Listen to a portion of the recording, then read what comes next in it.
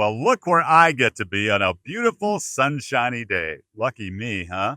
Hi, I'm Bill, and this is Western Edge Living presented by CHI St. Alexius Health Dickinson.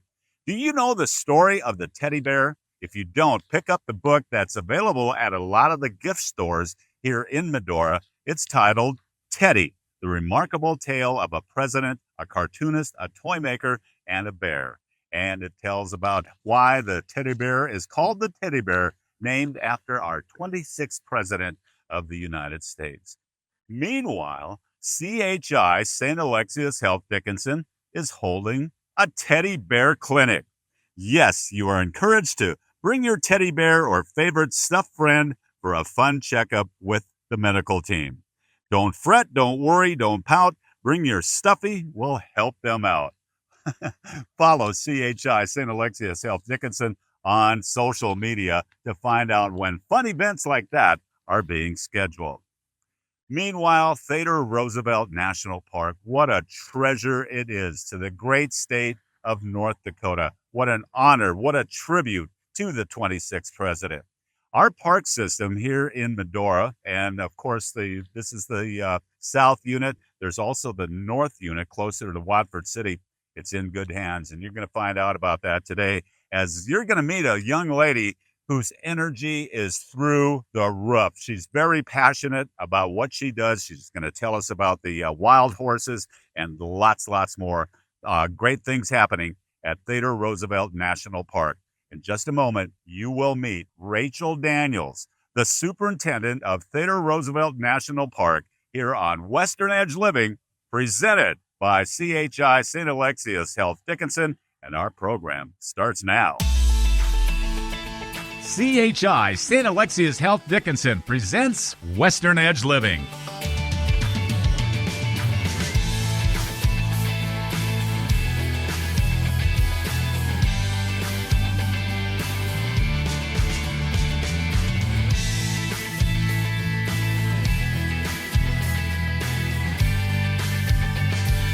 Western Edge Living.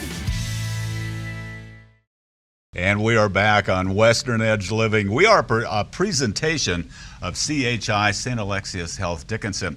You know, anybody that's from North Dakota and you haven't been to the North or the South Unit of Theodore Roosevelt National Park, are you really a North Dakotan? Our guest today, I've been waiting for this for quite some time. You said you weren't interesting, but you know, think of it this way. You're the best dressed person ever to be on our program. Rachel Daniels. Hello, Bill. Nice to be here. Nice to have you here. You are the superintendent of Theodore Roosevelt National Park. Sir. Wow, what a great, you got the coolest job in the state. I absolutely do. Yeah. How do you get to be superintendent? What were the steps that you needed to take to get to where you are today?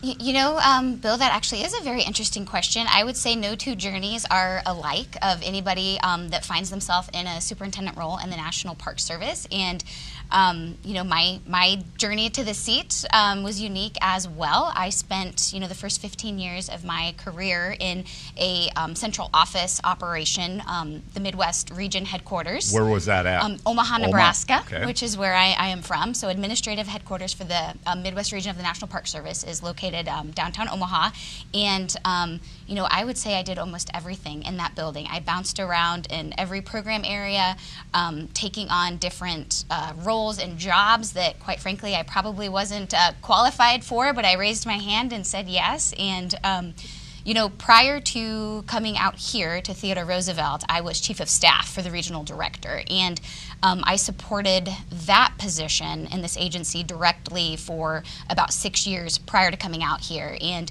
in that role, I was kind of a liaison utility player for all 63 parks that the Midwest region oversees. So that's just in the Midwest geographical area. And so, you know, a primary function was I supported our superintendents, and watching them navigate the various challenges at their different units and the little ways that I could help them every day was just instantly gratifying and rewarding to me. And again, watching those fabulous leaders navigate different scenarios, I just thought, wow, like I have to be in the chair someday because I want to do that too.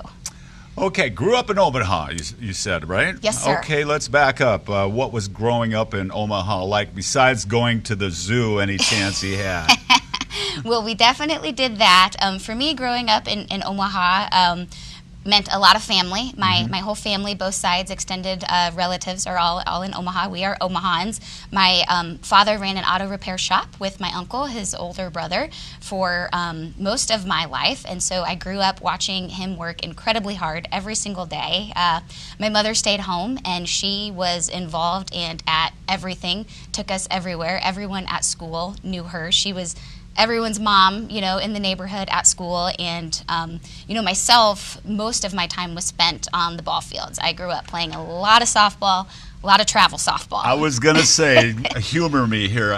Growing up, you had a ton of extracurricular activities. You played sports. You were going 110 miles an hour in a 90-mile-an-hour world, weren't you? Pretty much I feel something that like energy. that. Yeah, and my mom took me everywhere to all of those things. Great. So where did the interest come to become a part of the park system? How did that develop?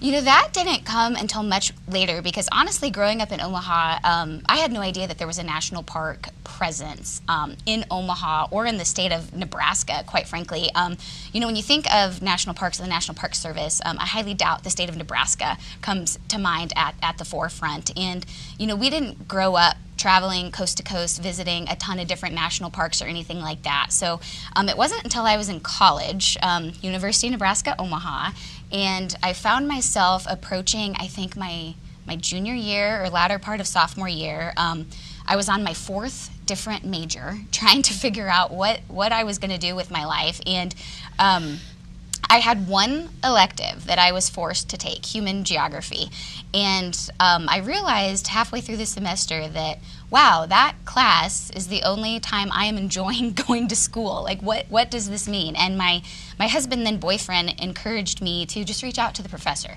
talk to him. What does this mean? And I'm like, it's geography. Like, that's not, it's just an elective. That's not a thing, right? So I finally reached out to Dr. Gildersleeve, and I found myself in his office one day after class, and we sat there and just talked for the better part of 2 hours. And when I walked out of his office, I had a new major, I had a new advisor, and I had my 2-year plan of every class I was going to take. And he told me that he had a connection at the National Park Service, and once I satisfied, all of these requirements, that he was going to connect me to the right folks to get an internship. And unfortunately, my junior year, I go back to class after fall break, my birthday, and I walk into the geography department, and everybody is just staring at me like they had seen a ghost, right? And I'm like, well, this is weird. And they told me to sit down and had something to share with me. And Dr. G had passed away unexpectedly over that fall break. And I thought, wow, now what am I going to do? So it was super difficult for me at that time, but I stayed the course that he had charted out for me, and I found myself in the building working for the National Park Service, just like he always wanted me to. Theodore Roosevelt National Park, is that a position you applied for? Yes, Okay. It is. Yep. Okay, in 2026, these are very interesting times for Western North Dakota, the city of Medora, the park, but interesting, but nonetheless challenging. Yes, sir. You're stepping into your role at a time that's unprecedented in our state. Talk about that. Well, quite honestly, Bill, you just hit on all of the reasons why I wanted it. I first became exposed to Theodore Roosevelt National Park, or familiar with Theodore Roosevelt National Park, probably 4 or 5 years ago in my chief of staff role. Had you been here before? Have you seen it? Yes, I had. Okay. In my chief of staff role, supporting the staff and superintendent that was here previously, I had come out here for various projects, mostly partner engagements, to include those with the Theodore Roosevelt Presidential Library. And so I got to know that team of folks and became familiar with that project and just everything they're doing out here, that energy, their vision. Again, I'm sitting back on the sidelines in this kind of indirect support role thinking, wow, like I want to be a part of that. And so when the opportunity came open, I just felt I wanted to be here. I wanted to put in for it, and yeah. You don't back down from a challenge, do you? No, sir. I won't get very far doing that. Oh, my goodness. Oh, my goodness. And who are the people that you lived with? Your children, your husband? Talk about them for a minute, would you? Yeah, I will. Yes, sir. So my husband, Grant, he and I will have been married 15 years this summer, and we have 4 amazing children. We had these 4 children in 5 years. So God bless my husband. He has been a stay-at-home dad for the past 8 years, and I am just incredibly thankful for that, because quite honestly, I would not have been able to chase my dreams and my career goals if I didn't have him at home, quite literally holding down the fort and making sure the kids get from A to B. And 4 kids, close in age. I'm sure mornings are chaotic in your household. Yes, they are. A lot happens before 7 a.m. at my house. What do they think of Mom's job? They think it's very, very cool. They feel very blessed. They've got to go to a lot of incredible places in our national park system, and they are spoiled. I tell them all the time that when the Daniels family shows up at the front door of a national park, the experience that they get, I tell them you are lucky. Not everybody has the red carpet rolled out for them when they arrive, and so I think they take it for granted, maybe a little bit, but I already see in them this spirit of stewardship that I'm just incredibly thankful that. Not intentionally, but I think them watching me, it's teaching them, right? And they all have a passion for the land, the resources, and they all talk about wanting to volunteer and be involved and all of that kind of thing. Will they be playing a little role in whatever's available for that age group this coming summer? Quite honestly, I don't have them set up in any sort of official capacity. You're just trying to get through the school year just right now. Just trying to get through the school year, trying to get through that library on the hill opening and all the other things happening. Gosh, and you're fortunate that you do have a husband that stays at home, and yes, he's from Omaha too, I take it. He is. Actually, there's a small town northwest of Omaha called Bennington, Nebraska, which I believe he is 5th generation, maybe. So when we were kids growing up, Bennington truly was a small town, and it was a drive out into the country. But now with urban development, it's just a part of the metropolitan Omaha area. Prior to being a stay-at-home dad, what was he doing? He was an HVAC extraordinaire, I would tell you. He could do anything with HVAC systems, and he is a blue-collar kind of guy. Grew up in a farming family, so sitting in a combine is his absolute favorite place to be. I'm sure he could find a job doing that this summer. I think he could, and I've had a lot of people, knocking on the door trying to put him to work, and it's like, wait a minute, what about these kids? Recently, the Theodore Roosevelt Presidential Library and the park system was featured on national television. Kind of a big deal, and not just in Medora, but nationwide. We're going to talk about that coming up in just a moment as we're visiting with Rachel Daniels, the Superintendent of Theodore Roosevelt National Park, here on Western Edge Living, presented by CHI, St. Alexius Health Dickinson. And we're back on Western Edge Living, presented by CHI, St. Alexius Health Dickinson. Our guest today, Rachel Daniels with the Theodore Roosevelt National Park in Medora. Rachel, you were featured. I saw your smiling face on national television recently. GMA came to Medora and were at the library, and there's quite a crew up there. And I understand that they were also doing this at other parks. It was 50 states in 50 days. Yes, sir. Talk about that experience. Talk about what it means for the park system to have those folks here.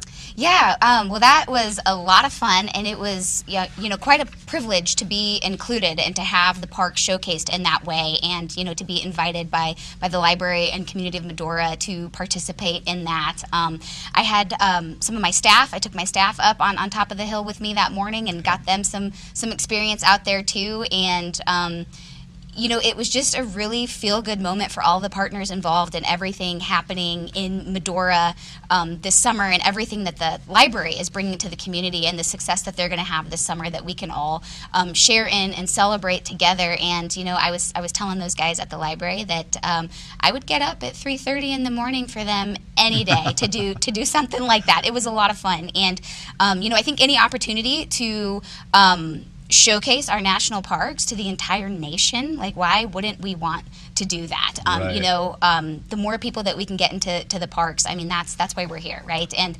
to see other parks, neighboring parks on that same segment was just a lot of fun because I know a lot of those people. It hasn't been that long ago where the wild horses in Theodore Roosevelt National Park were a question mark. What's the status today? Yeah, so the status today, the park currently manages approximately 200 free roaming horses in the park. That is a part of our resource management operations. Legislation has been proposed regarding the long-term management of the herd, but that is still under consideration and pending status. So the National Park Service, we will just continue to manage within law and policy, ensuring the health of the herd to the best of our ability, while also preserving the integrity of the other park resources. What have you heard from the general public as far as, the horse issue? I will say, we have a lot of wonderful people in the community, stakeholders that have a vested interest in this herd. And since I have been in the role as superintendent, I have made a commitment to open dialogue and communication with these folks. And, I might not always say or do the right thing, and we might not always agree. But I think just the fact that we are talking is super important as we navigate, the future management of the herd. And, as a park team, my resources staff, we just really value their input, and we want to do this together. I'm going to go out on a limb here, and I'm going to say one of your assets is that you seem very approachable. And I really, really like that. I personally think that is exactly what the park system here in Western North Dakota needed. So thank you for that. Thank you for, your candidness and just being open and honest and having a conversation on TV, for crying out loud. Thank you, Rachel. This is totally normal. So the horses are here. They're going to stay, and that's kind of where we're at with that, right? Yeah, we are. Again, we are open to just new ideas. We are supportive of our legislators, and we're just ready to go and ready to kind of write a new chapter around this. That is the horses at Theodore Roosevelt Park. That is part of the sense of belonging that we as residents here in Western North Dakota have. We feel like we're part of that. There was a gentleman who went around and kept logs and notations and named the horses. Yeah. So that's awesome. That gives the people in Western North Dakota a sense of ownership in one of the most beautiful parks in the world. Having said that, entrance fees, we're going into a new era as far as how we spend money and ways we spend money. You made the park made an announcement that you're going cashless. What is that going to do for, freeing up your staff, first of all? Yeah, that is going to be a significant reduction in the administrative workload that my rangers, spend just handling cash. Mm-hmm. The amount of time, ranger time it takes every week to handle cash, transport it between both the North and South unit. This is going to eliminate that workflow and allow those rangers to spend time providing visitor services and focusing on the on-the-ground operations. Okay. Is the North unit also going cashless? Yes. Both units will be a cashless fee system, and that is in effect Friday, May 1st. Okay. That's now. That's now, yes, Holy sir. cow. Do you spend your time equally between the two units, the North and South unit? Or I wish I did. Yeah. I wish I did. I have best intentions to do so, but, I do find I will have weeks go by where I will be in my office walking out at the end of the day, and I'll realize I haven't even seen daylight in my park in weeks, let alone, been in the resource. Just a lot of meetings, a lot of administrative responsibilities for me. But now that I am out here in a permanent capacity, I initially came out here in November 2024 as a part of a temporary assignment, 120 days, and I spent the better part of 2025 living separated from my family between here and Omaha. kind of in limbo. So now that I am here, permanent superintendent, I feel like I finally have the time to head north and to try to spread my I guess presence a little bit more between both units. Challenging times in the North Unit too. They got the Theodore Roosevelt Expressway that's being constructed. And what are some of the needs that you have? First of all, for the North Unit, what would you like to see if you could, paint a picture, a perfect world? What would the North Unit acquire from that? I would like to see a new visitor center in the North Unit. That is something that they have needed for a long time. The staff deserve it. The visiting public deserves it. However, I will tell you, I am impressed. Every time I go up there, I am impressed with what those rangers do, with the facility that they do have. And I was just telling somebody the other day, I get positive comments all the time about all of my rangers and the visitor experience in both units, but I get more positive comments about my rangers in the North Unit and what a fantastic job they are doing up there. So I'm incredibly proud of them, but the park and the people, they deserve a I will tell you that the North Unit has a special place in my heart because I went to grade school in Grassy Butte, and I can't count how many times we had our end of the school year picnics at the North Unit of the park. Oh, and good. the North and the South, each are unique. If you know what you're looking for, you'll find something special in both of them. And I'm not going to put you on the spot by asking you which one's your favorite, okay? Thank you. So give me some credit for that. Oh, my goodness. You don't have a favorite child, Bill. What about the buffalo? I mean, the buffalo seem to kind of take care of themselves, don't they? Yeah, maybe. We did have, it's my understanding, the largest cull this last fall in the South Unit. We did a roundup. We do a bison roundup every year, alternating between the North and the South Unit. So, yeah. Wonderful. There's a lot of great wildlife in that park, and gosh, the bighorn sheep. Have you seen the bighorn sheep? I feel like when I was here years ago in the North Unit, I saw one. Yeah, they're the kind of distance. elusive. Yeah, they are. So, what else would you like to share with our viewer today about Theodore Roosevelt Park, about Medora, the North Unit, the South Unit? Is there anything that you feel that you'd like to express? I would just encourage everyone to come visit us. This landscape, both units, you touched on it, they're distinctly different. And I find that it's hard to describe that difference. You have to see it, you have to go. But this park offers some of the most unique and iconic landscapes in the national park system as a whole. And, the one thing that I do think is distinctly ours out here, being the only national park named after a person, this is a place and an opportunity that today the visiting public can connect with the landscape that directly shaped Theodore Roosevelt's conservation legacy that we benefit from every single day. And it doesn't get much better than that. Wow. It's a beautiful, beautiful system. What do you see for yourself, Rachel, personally, 5 years from now, 10 years from now? Where do you want your career to go? What do you want to leave behind? What's your legacy? Oh, my gosh, Bill.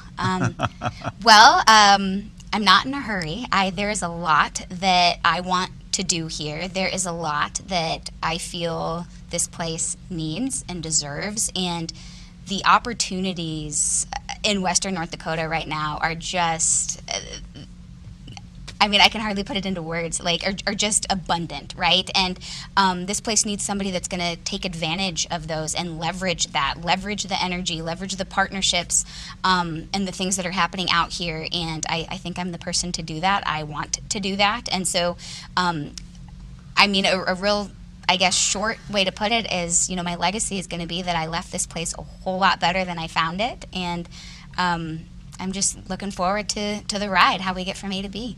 Having just met you recently, and getting to know you and talking with you, I have no doubt in my mind that you are going to do whatever it takes to do the job that you see in your mind. There's a crazy sense of energy about you. And here's to women in general for excelling in their chosen career, congratulations. I think you're awesome. And again, I thank you for being approachable, and I thank you for joining us on the program today. And as we wrap up, how did we do? Did we get the point across, you think? I think we did. And thank you so much for inviting me to participate in this with you. You bet. Yeah. Rachel Daniels, the Thank you, sir. Superintendent of Theodore Roosevelt National Park. Thanks for being here. And thank you for watching Western Edge Living, presented by CHI, St. Alexius Health, Dickinson.